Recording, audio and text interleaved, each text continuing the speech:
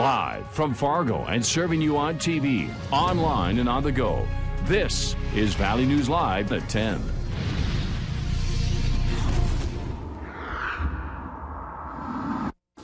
We begin tonight with breaking news out of Moorhead, where we are trying to get information from the Bureau of Criminal Apprehension. Agents had been set up outside a home for hours at the corner of 4th Street and 8th Avenue South. We go to Valley News Team's Katie Opperly now. And Katie, within the last few minutes, the scene there has changed. Can you update that for us?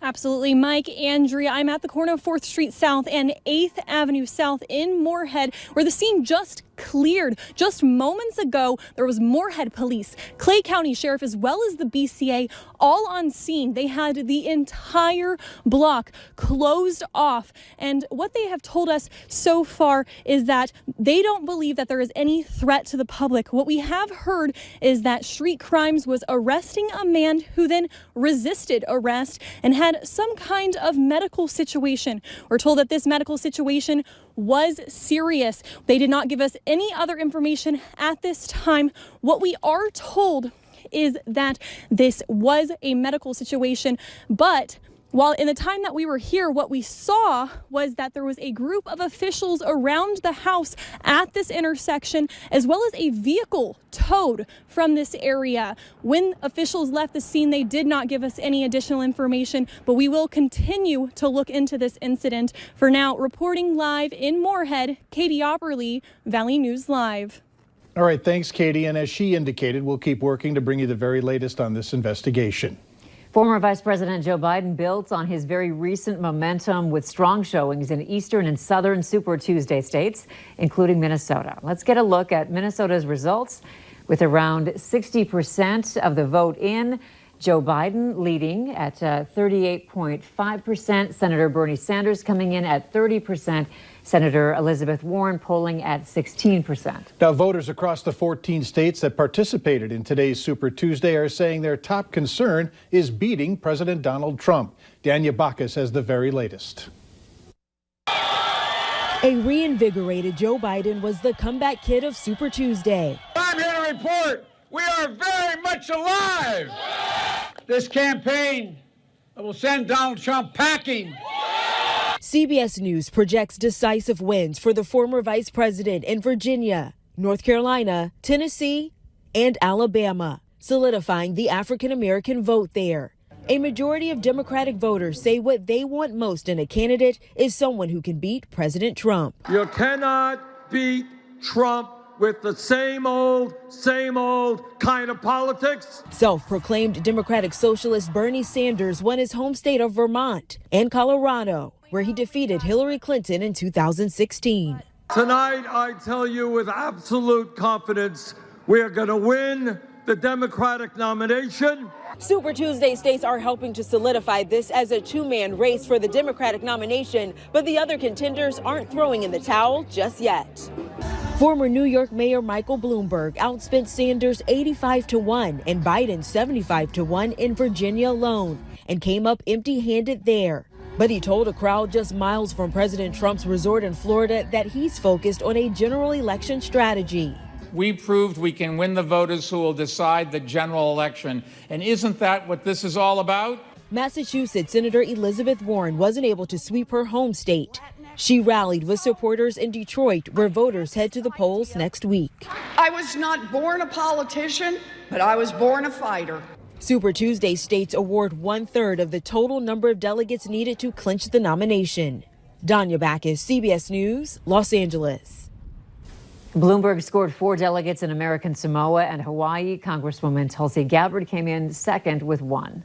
At least 24 lives were lost when tornadoes touched down today in Middle Tennessee. The powerful storm system left piles of destruction in its wake, and now a state is struggling to comprehend the loss. Daniel Shinneman has the latest. The tornado struck in the middle of the night. I mean, it sounded like an explosion just went off in the house and it just blowed all the windows out. When the sun rose, the damage was everywhere. Heartbreaking. It's heartbreaking.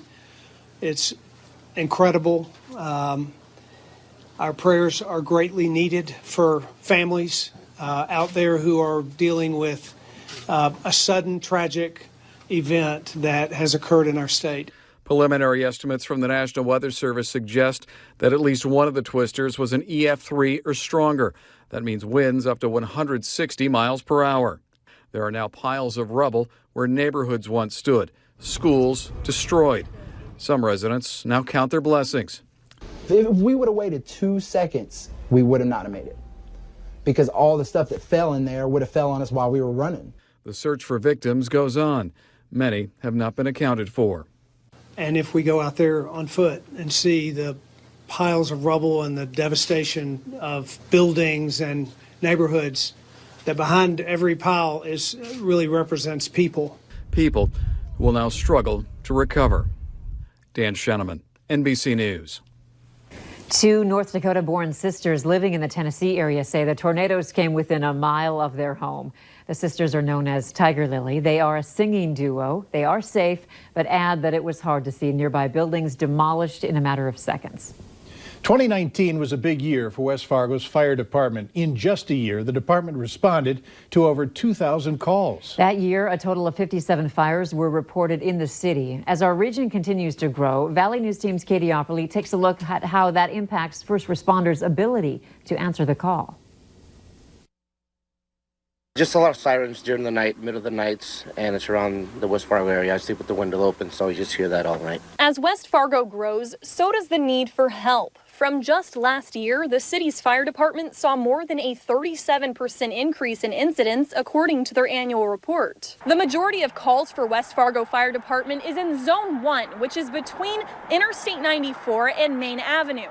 The hot spots in this area are just south of 13th Avenue. It's not just West Fargo that's growing. Fargo's assistant chief says they've seen a spike in calls as well, and more calls means more resources are needed. The biggest thing is if you can't keep up with it, then it takes a lot longer for the resources to get there because you don't have enough of them.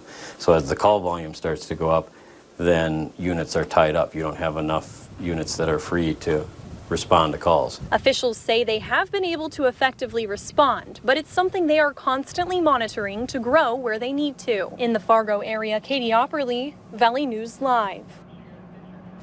As the region continues to grow and the need for first responders does too, there are steps being taken to adjust. Fargo Fire Department is looking into adding a new station in South Fargo, also looking to hire this summer. The application process beginning around July. If you're interested, officials recommend keeping an eye on the city's website. Good advice. Bison fans, listen up. A new one-hour documentary featuring NDSU's 8-time NCAA-FCS national champion football program is coming to television this month. Generations of Victory, presented by Shields, will premiere on Fox Sports North on Saturday, March 21st. It will also air on KX4 on March 23rd at 4 p.m. This show will revisit decades of dominance by Bison football, which has won 16 national championships since 1965, including an undefeated 2019 season and currently riding a 37-game winning streak.